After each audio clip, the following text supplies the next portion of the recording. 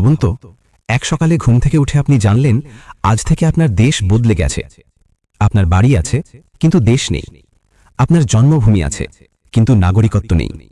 আর সবচেয়ে ভয়ঙ্কর প্রশ্ন, আজ রাতে আপনি বাঁচবেন তো? ইতিহাসে কি কখনো এমন হয়েছে যেখানে মানুষের ভাগ্য নির্ধারিত হয়েছে তাদের মতামত ছাড়াই? একটি কলমের আঁচড় কি একসাথে লক্ষ লক্ষ মানুষকে শরণার্থী বানাতে পারে? আর যদি বলা হয় এই ভয়ঙ্কর সিদ্ধান্তটি নেওয়া হয়েছিল এমন একজন মানুষের দ্বারা যিনি ভারতকে কখনো চোখে দেখেননি, আপনি কি বিশ্বাস করবেন? এই গল্প ১৯৪৭ সালের একটি সিদ্ধান্তের গল্প, যে সিদ্ধান্ত বদলে দিয়েছিল লক্ষ লক্ষ নয়, কোটি মানুষের জীবন। দ্বিতীয় বিশ্বযুদ্ধের পর ব্রিটিশ সাম্রাজ্য ভেঙে পড়ছিল। ভারত আর বেশিদিন তাদের নিয়ন্ত্রণে থাকবে না, এটা ব্রিটিশ সরকার বুঝে গিয়েছিল। কিন্তু তারা একটা কাজ করল, যার ফল আজও দক্ষিণ এশিয়া ভুগছে। ধর্মের ভিত্তিতে দেশ ভাগ করার প্রস্তাব সামনে এলো। হিন্দু, মুসলমান, শিখ সবাই তখন উত্তেজিত, আতঙ্কিত, বিভ্রান্ত। এই বিশাল সিদ্ধান্ত বাস্তবায়নের দায়িত্ব দেওয়া হলো একজন ব্রিটিশ আইনজীবীকে, স্যার সিরিল র্যাডক্লিফকে। এখানেই গল্পের প্রথম ধাক্কা। র্যাডক্লিফ আগে কখনো ভারতে আসেননি। তিনি জানতেন না কোন গ্রামে কে থাকে, কোন নদী কাকে বাঁচায়, কোন রাস্তায় মানুষের জীবন নির্ভর করে।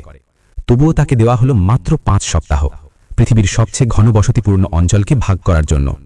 তিনি কাগজে মানচিত্র দেখলেন, সংখ্যা দেখলেন, ধর্মের শতাংশ হিসেব করলেন, কিন্তু মানুষ দেখলেন না।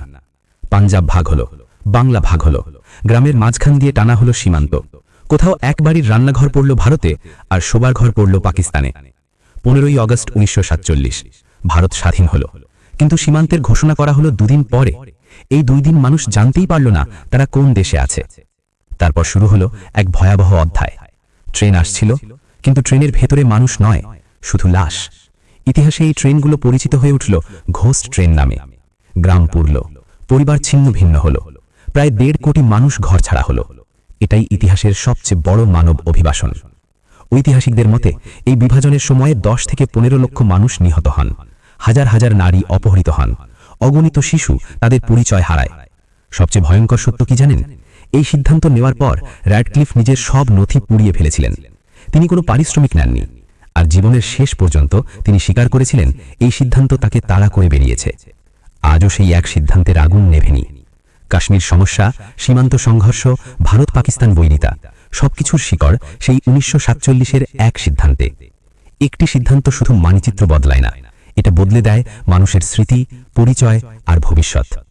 এই গল্প আমাদের মনে করিয়ে দেয়, যখন সিদ্ধান্ত নেওয়া হয় দূরে বসে, খুব তাড়াতাড়ি, আর মানুষের জীবন না বুঝে, তার মূল্য দেয় সাধারণ মানুষ। এই ছিল সেই এক সিদ্ধান্তের গল্প, যে সিদ্ধান্ত আজও লক্ষ লক্ষ জীবনের ছায়া হয়ে রয়ে গেছে।